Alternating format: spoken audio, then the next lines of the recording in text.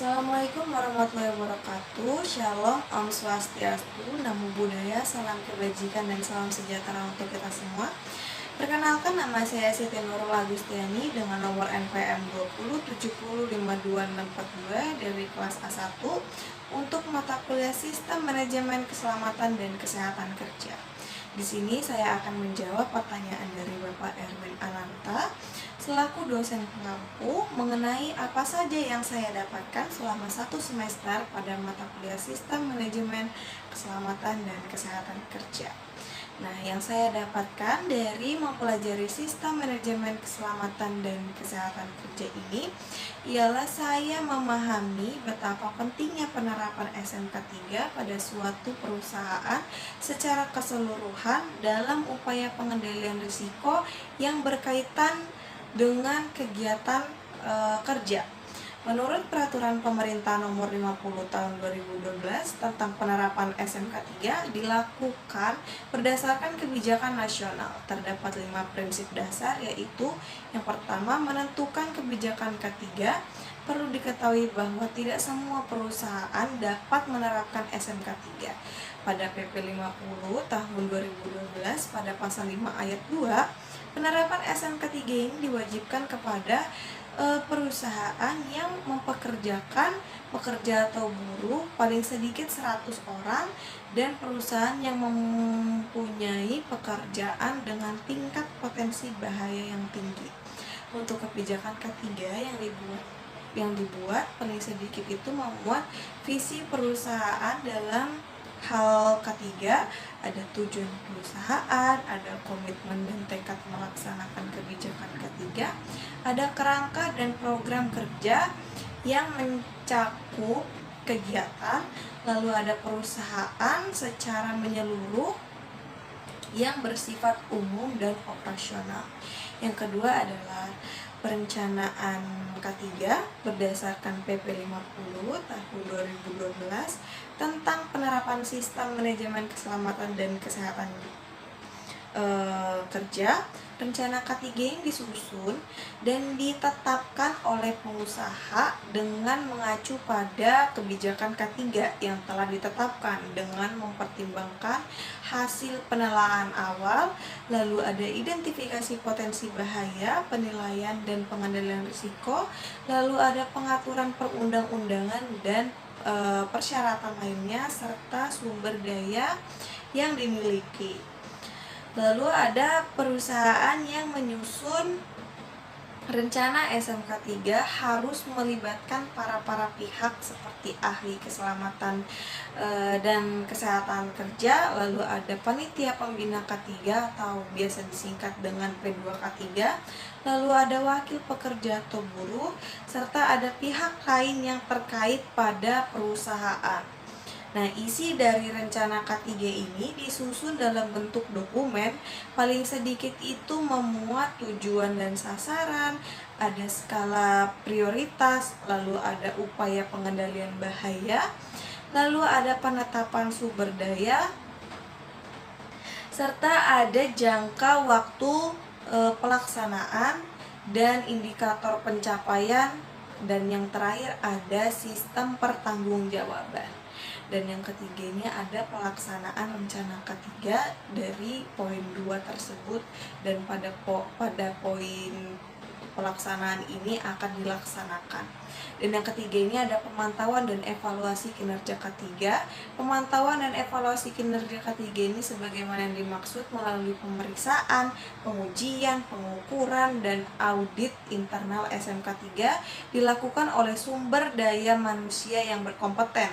Hasil pemantauan dan evaluasi kinerja K3 ini dilaporkan kepada pengusaha serta digunakan untuk melakukan tindakan perbaikan. Dan yang kelima, terakhir ada peninjauan dan peningkatan SMK 3 oleh manajemen, dan ini untuk menjamin kesesuaian dan efektivitas penerapan SMK 3, pengusaha wajib melakukan peninjauan. Peninjauan ini dilakukan terhadap kebijakan, perencanaan, pelaksanaan, pemantauan, dan evaluasi. Nah, hasil peninjauan ini digunakan untuk melakukan perbaikan dan peningkatan kinerja. Nah, mengapa pekerja pada suatu perusahaan berhak untuk mendapatkan perlindungan keselamatan dan kesehatan kerja? Karena berdasarkan Undang-Undang Nomor 13 Tahun 2003 pada pasal 86 ayat 1 dan ayat 2 menyatakan bahwa setiap pekerja atau buruh mempunyai hak untuk memperoleh perlindungan atas keselamatan dan kesehatan kerja, moral dan kesusilaan, serta perlakuan untuk sesuai dengan harkat dan martabat manusia serta nilai-nilai agama.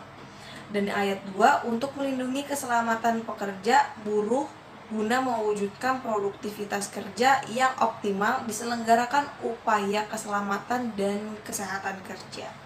Nah, dalam penerapan SMK 3 ini, perusahaan memiliki 3 kategori. Yang pertama ada perusahaan kategori tingkat awal yang ditujukan kepada perusahaan baru yang ingin menerapkan sistem manajemen K3 dengan menaruh persyaratan memenuhi persyaratan tahap awal sebanyak 64 kriteria. Lalu ada perusahaan kategori tingkat transisi yang ditujukan kepada perusahaan yang sudah memenuhi persyaratan tingkat awal dan menuju ke tingkat lanjut dengan memenuhi persyaratan sebanyak 122 kriteria.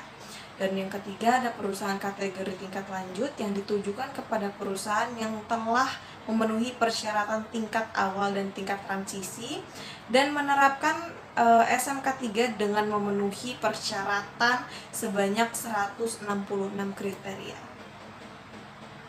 Selanjutnya, kriteria pada tingkat penerapan SMK 3 ini, yang pertama ada tingkat awal memiliki 10 elemen dan 64 kriteria. Lalu yang kedua ada tingkat transisi memiliki 11 elemen dan 122 kriteria.